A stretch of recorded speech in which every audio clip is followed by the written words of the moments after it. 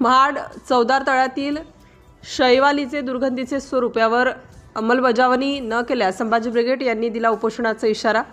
भारतरत्न विश्ववंदनीय भारतीय राज्यघटनेचे शिल्पकार महामानव डॉक्टर बाबासाहेब आंबेडकर यांच्या माध्यमातून 20 मार्च 1927 महाडच्या चौदार तळ्यावर पिण्याच्या पाण्याचा सत्याग्रह केला। हा संघर्ष केवळ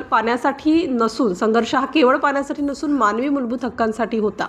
परंतु अशा अत्यंत प्रेरणादायी ऐतिहासिक पवित्र चौदार तळ्यातील पाण्याला शैवालीचे आणि दुर्गंधीचे स्वरूप आले असल्याने येथील प्रशासनाच्या राजकीय नेत्यांचे पूर्णपणे दुर्लक्ष आहे व वैचारिक उदासीनता असल्याचे दिसून येत आहे। भारतीय राज्यघटनेचे शिल्पकार महामानव डॉक्टर बाबासाहेब आंबेडकर यांचा पूर्णाकृती पुतळा यावर देखील रंगकाम करा गरजेचे आहे।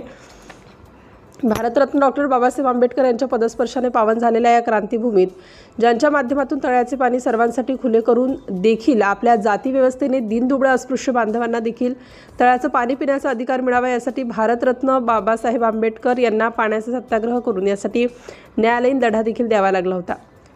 याच माध्यमातून भारतरत्न डॉक्टर बाबासाहेब आंबेडकर यांनी या तळ्यातील स्वतःच्या पुंजळीने पाणी प्राशन करून हे पाणी फुले शाहू आंबेडकर अनुयायांना तीर्थस्थान कार्याची विटंबना करण्यासारखेच आहे, कारण चौदार तळे हे देश परदेशातील येणाऱ्या अनेक भीम अनुयायांच्या अस्मितेचे प्रतीक आहे।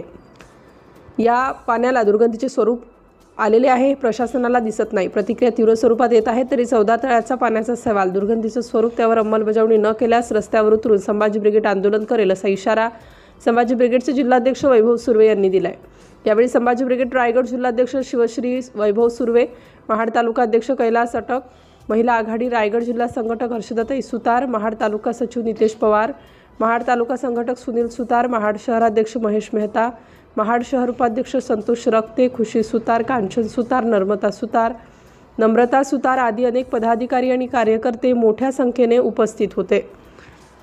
सिटी इंडिया न्यूजसाठी महाड प्रतिनिधी